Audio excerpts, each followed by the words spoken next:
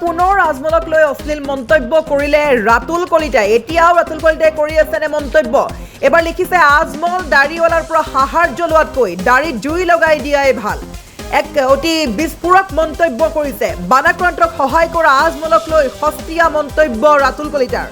কেৱল এয়াই প্ৰথম নহয়, পূৰ্বেও কৰিছিল এনেধৰণৰ মন্তব্য। আমি এই মুহূৰ্তত দেখাই আছো ৰাতুল কলিতা নামৰ এগৰাকী ব্যক্তিয়ে এইদৰে সামাজিক মাধ্যমত লিখিছে।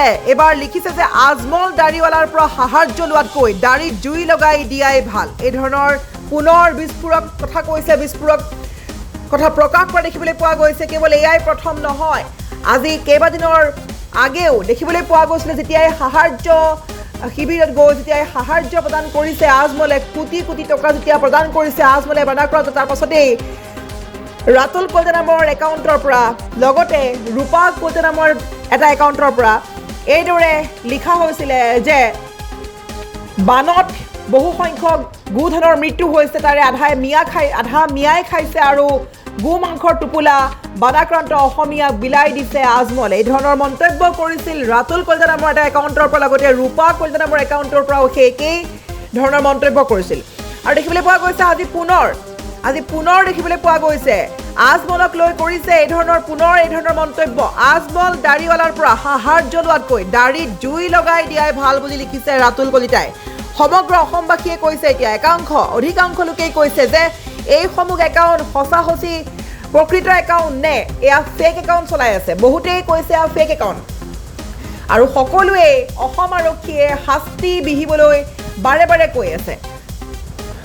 আজি কেইদিনমান দিনৰ পূৰ্বে দেখিবলৈ পোৱা গৈছিলে আজমলক লৈ যি আজমলক বদনাম কৰাৰ ষড়যন্ত্ৰ ৰচিছিলে বা আজমলক লৈ পুনৰ এই ধৰণৰ মন্তব্য কৰিছিলে, কোনো প্ৰমাণ নোহোৱাকৈ, কোনো তথ্য নোহোৱাকৈ, ভিডিঅ' ফুটেজ নোহোৱাকৈ মাথো লিখিছিলে যে আজমলে অসমীয়া বানাক্ৰান্তৰ মাজত সাহাৰ্য টোপোলাৰ মাজত গো মাংসৰ টোপোলা বিলাইছে বুলি। কিন্তু তাত কোনো ধৰণৰ ফুটেজ তেওঁ মেনশ্যন কৰিব পৰা নাই বা ফুটেজ দিব পৰা নাই।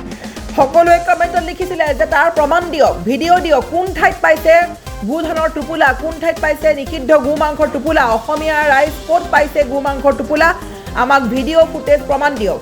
কিন্তু তেওঁ কোনো প্ৰমাণ দাঙি ধৰিব পৰা নাই। প্ৰমাণৰ বিৰুদ্ধে, প্ৰমাণৰ অবিহনে তেওঁ প্ৰমাণ নিদিয়াকৈ, প্ৰমাণ দিয়াৰ সলনি তেওঁ মাথো লিখি গৈছে কিছুমান বিস্ফোৰক মন্তব্য। তাৰ পাছতেই অসমৰ অধিকাংশ লোকেই কঠোৰ শাস্তি দিয়াৰ কথা কৈছিলে। সকলোৱে কৈছিলে অসম আৰক্ষীয়ে কঠোৰ শাস্তি দিব লাগে, ৰাজ্য চৰকাৰে কঠোৰ শাস্তি দিব লাগে এই ধৰণৰ ফেক একাউণ্টৰ গৰাকীক। কোনে চলাই আছে ধৰণৰ ফেক একাউণ্ট? এই ধৰণৰ ৰাতুল কলিতা, ৰূপা কলিতা প্ৰকৃত কোন হয়? প্ৰকৃত কোনো ব্যক্তি নে ফেক একাউণ্ট চলাই আছে? যোনেই নহওক তেওঁলোকক কঠোৰ শাস্তি দিবলৈ অসমবাসীয়ে কৈছিলে। আৰু সেই সময় দেখিবলৈ পোৱা গৈছে পুনৰ আজমলক লৈ কৰিছে অশ্লীল মন্তব্য ৰাতুল কলিতাই। আজমল দাড়িৱালাৰ পৰা সাহাৰ্য লোৱাতকৈ দাড়িত জুই লগাই দিয়াই ভাল বুলি লিখিছে। বানাক্ৰান্তক সহায় কৰা আজমলক লৈ কৰিছে পুনৰ সস্তীয়া মন্তব্য। এয়াই প্ৰথম নহয়, পূৰ্বেও কৰিছিল ৰাতুল কলিতা নামৰ এটা একাউণ্টৰ পৰা এনেধৰণৰ মন্তব্য।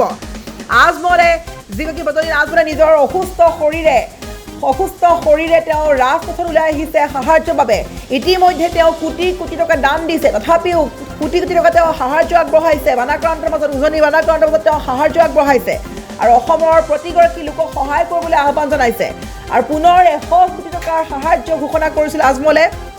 আৰু অসুস্থ দেহাৰে, গাত বিষ হৈ আছিল যদিও বিষৰ দেহাৰে কেকাই বিষৰ দেহাৰে, অসুস্থ দেহাৰে তেওঁ বানাক্ৰান্ত ৰাইজক নিৰন্তৰ সহায় কৰিম বুলিয়ে ৰাজপথত অসুস্থ দেহাৰে খোজ পেলাই সাহাৰ্য গ্ৰহণ কৰা দেখিবলৈ পোৱা গৈছিলে। আৰু সেইগৰাকী মহানুভৱতাৰ নিদৰ্শন দাঙি ধৰা মানৱ দৰদী বুলি ক'ব লাগিব। সেইগৰাকী ব্যক্তি, যিগৰাকী বহল অন্তৰৰ ব্যক্তি, যিগৰাকী অন্তৰ্ধনী প্ৰকৃতৰে ব্যক্তি, যিগৰাকী ব্যক্তি বিপদৰ সময়ত কাষত থিয় দিছে। সকলো লোককে কেৱল টকাৰেই নহয়, টকাৰ সমান্তৰালকৈ আন লোককো সহায় কৰিবলৈ আহ্বান জনাইছে। অসুস্থ দেহাৰে জিৰণি নোলোৱাকৈ অসুস্থ হৈ পৰিছে, তথাপিও তেওঁ অসুস্থ দেহাৰে ৰাজপথত ওলাই আহি তেওঁ সাহাৰ্য তোলা দেখিবলৈ পোৱা গৈছে কেৱল বানাক্ৰান্ত ৰাইজৰ বাবে। আৰু সেইগৰাকী মানৱক সহায় কৰা সেইগৰাকী মহানুভৱতা সম্পন্ন ব্যক্তি আজমলক লৈ কৰিছে পুনৰ অশ্লীল মন্তব্য এটা ৰাতুল কলিতা নামৰ ফেচবুক পেজৰ পৰা। আজমল দাড়িৱালাৰ পৰা সাহাৰ্য লোৱাতকৈ দাড়িত জুই লগাই দিয়া ভাল বুলি অশ্লীল মন্তব্য কৰিছে ৰাতুল কলিতাই। বানাক্ৰান্তক সহায় কৰা আজমলক লৈ সস্তীয়া মন্তব্য। আৰু এতিয়া পূৰ্বতে বহুতেই কৈছে যে কিয় এতিয়ালৈকে গ্ৰেপ্তাৰ কৰা হোৱা নাই এই একাউণ্টৰ গৰাকীক। কিয় গ্ৰেপ্তাৰ কৰা হোৱা নাই কিন্তু গ্ৰেপ্তাৰ কৰাৰ পৰিৱৰ্তে বৰ্তমানলৈকে এই ধৰণৰ অশ্লীল মন্তব্য কৰি আছে ৰাতুল কলিতা নামৰ এই বিশেষ একাউণ্টৰ পৰা এতিয়া অধিকাংশ লোকেই কৈছে যে অসম চৰকাৰে ব্যৱস্থা গ্ৰহণ কৰক অসম আৰক্ষী ব্যৱস্থা গ্ৰহণ কৰক এই ধৰণৰ একাউণ্টৰ গৰাকীৰ বাবে কিন্তু এতিয়ালৈকে ব্যৱস্থা কিয় গ্ৰহণ কৰা নাই প্ৰশ্ন উত্থাপিত কৰিছে কিয় দেখিবলৈ পোৱা গৈছে পুনৰ সেই একেই নামত ৰাতুল কলিতা নামৰ একাউণ্টৰ পৰা পুনৰ আজমলক কৰা হৈছে অশ্লীল মন্তব্য